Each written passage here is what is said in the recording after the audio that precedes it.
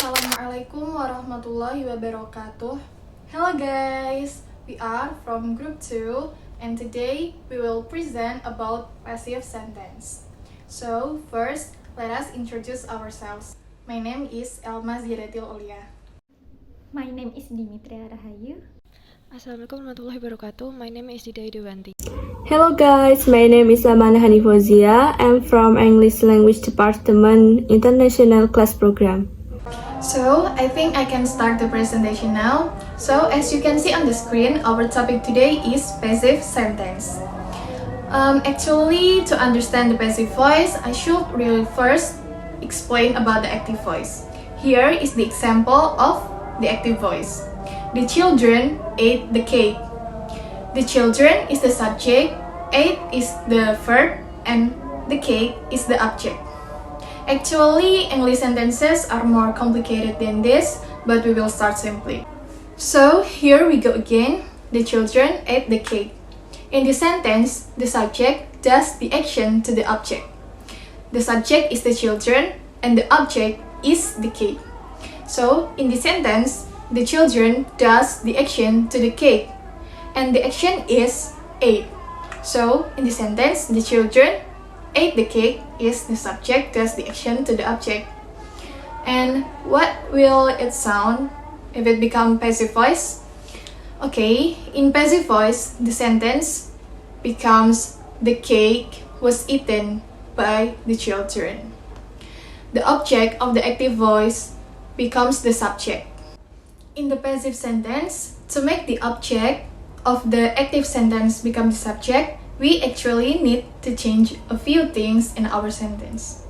In conclusion, the formula is for the active voice is subject followed by verb and followed by object. In passive voice, it will be subject followed by be followed by verb 3 and followed by blah blah blah. Okay, and then here we comes to the tense form of the passive. The first one is present tense. Now, we will learn together to change active sentences into passive sentences in the present tense.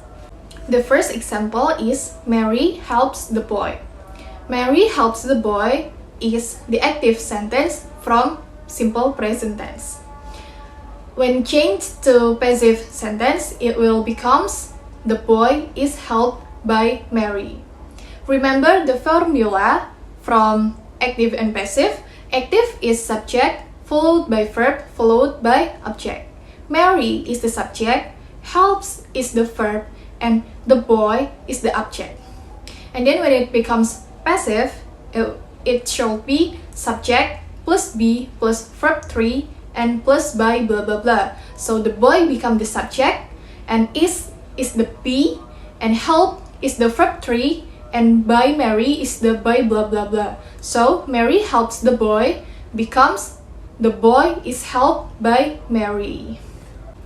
Okay, now still with the sentence Mary helps the boy, but it becomes present progressive.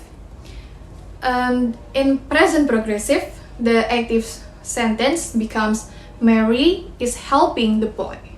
So, when changed to passive voice, it will become the boy is being helped by Mary.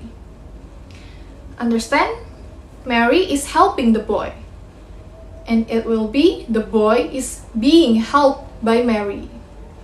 The boy is the subject, is being is the be, help is the verb 3, and by Mary is the by blah blah blah. So the boy is being helped by Mary is the correct passive voice. Now is the present perfect tense. In present perfect tense, Mary has helped the boy is the active voice. And when changed to passive voice, it will sound the boy has been helped by Mary. The boy is the subject, has been is the be, and helped is the verb 3, and by Mary is the by blah blah blah. So the correct sentence from Mary has helped the boy to the passive voice is the boy has been helped by Mary. Another example for simple present the active sentence is Sinta draws different art paintings every single day. When changed to passive, it will become art paintings are drawn every single day by Sinta. Now the present progressive. The example is Sinta is writing the letter. Is the active voice. When changed to passive voice, it will become the letter is being written by Sinta. So remember, in passive voice, we should use verb 3. So from Sinta is writing the letter becomes the letter is being written by Sinta. And now the last one is present perfect. The example is they have prepared the concert well. They have prepared the concert well is the active voice, and when changed to passive voice, it becomes the concert has been prepared well by them. The concert is the subject, has been is the be, and prepared well is the object, and by them is the by blah blah blah. Okay, the next past tense. There are simple past, past progressive, or past continuous tense, and past perfect. For simple past, active sentence, subject plus verb 2 plus object, and for the passive, subject plus was were plus verb 3. And past progressive or past continuous tense, subject plus was were plus verb ing plus object. And for the passive sentence, subject plus was were plus being plus past participle plus by object. And for past perfect, active sentence, subject plus had plus past participle plus object. And for the passive, subject plus had plus been plus past participle plus by object. We can see the example for simple past active sentence. Rara helped the kitten. For passive, the kitten was helped by Rara. Past progressive or past continuous tense, active sentence, Rara was helping the kitten. And for passive sentence, the kitten was being helped by Rara. And for the past perfect active sentence, Rara had helped the kitten. For the passive, the kitten had been helped by Rara. So here I will explain about future passive. So active versus passive. So there's some of tenses here that I put in the presentation.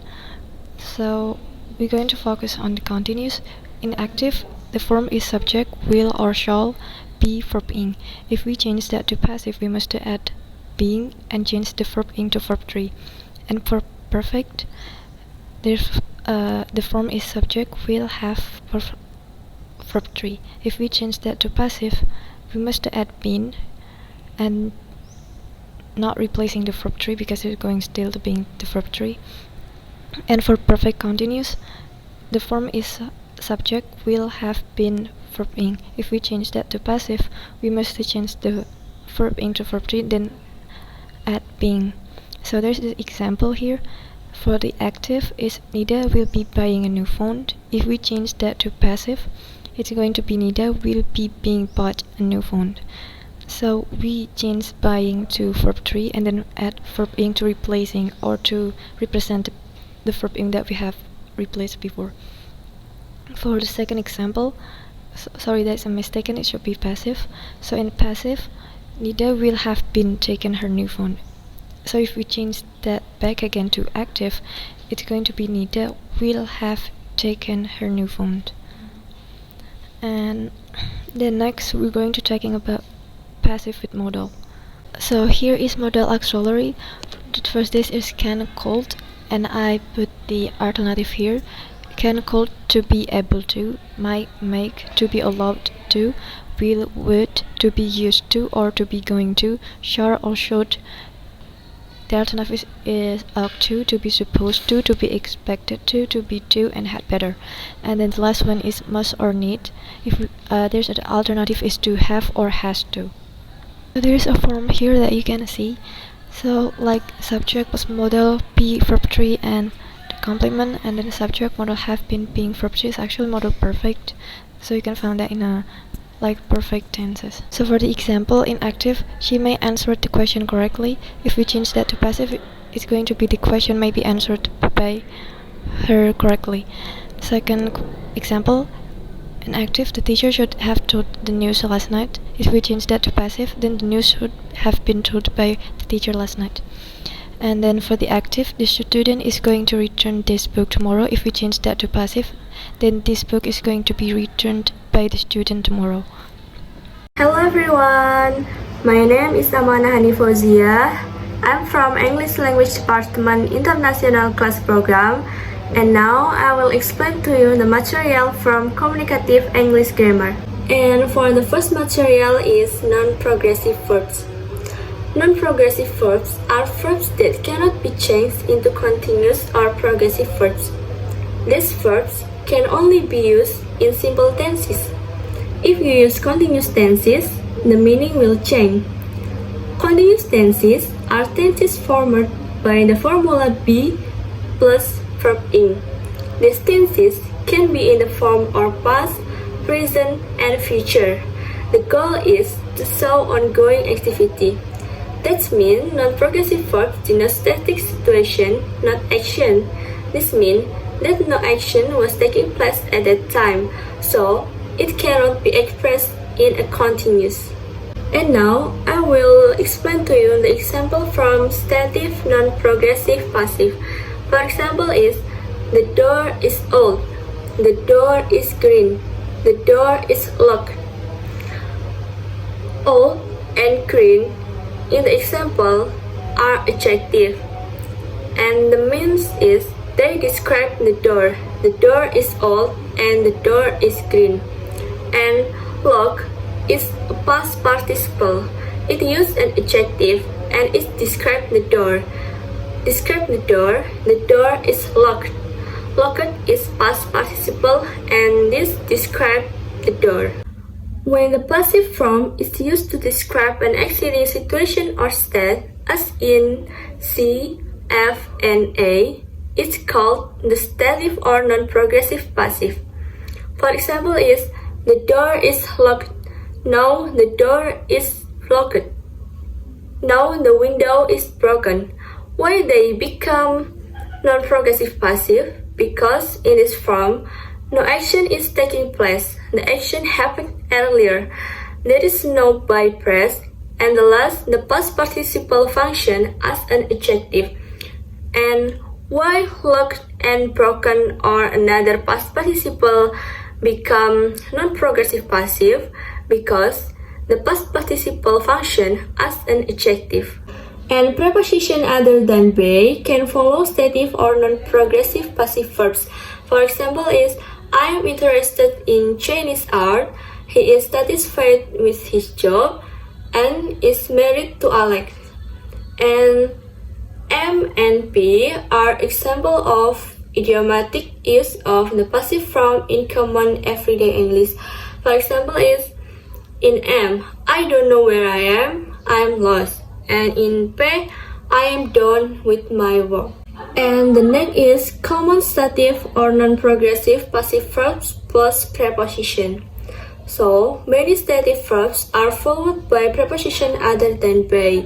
And preposition other than by, there are about, against, for, from, in or with, of or by, to, with, and with or by. So, if we want to make sentence use stative verbs, we have to use the right preposition for each stative verbs. For example, the sentences are I'm interested in Greek culture. He is worried about losing his job, and I'm excited about going to Bali. The next material, the passive with get. The passive with get divided by two material. There are get plus adjective and get plus past participle. Get plus adjective. Get might be followed by certain adjectives. Get gives the idea of change, the idea of becoming, beginning to be, and growing to be. And the example is, I'm getting hungry. I'm getting hungry have same meaning with I wasn't hungry before, but now I'm beginning to be hungry. And for the other example is, I'm getting cold. I'm getting cold have same meaning with I wasn't cold before, but now I'm beginning to be cold. And in the slide of presentation, you can see the common adjectives that follow with get. There are fat, full, good, hard, healthy, yippee, quiet, rich, serious, sick, sleepy, and the other examples of common adjectives that follow with get. And the second material from the passive with get is get plus participle. First, get might also be followed by a past participle. The past participle function as an adjective. It describes the subject. For example are, I stopped working because I got tired. They are getting married next month. The past participle in the sentence is describe the subject. And the second, the passive with get can be used to present information more indirectly. For example, there are in E and F. You didn't wash the dishes, and the dishes didn't get washed. And the passive with get is common in spoken English, but not in formal writing. And you can see in the slide of presentation, there are common past participle with get. For example is get confused. And the example is, I getting confused about biology material. And for the last, thank you for your nice attention. I hope you can get more information and understood the material. So, I can see that our time is just about up. So, to finish, I would like to say thank you very much for your attention today. Thank you very much. Bye-bye.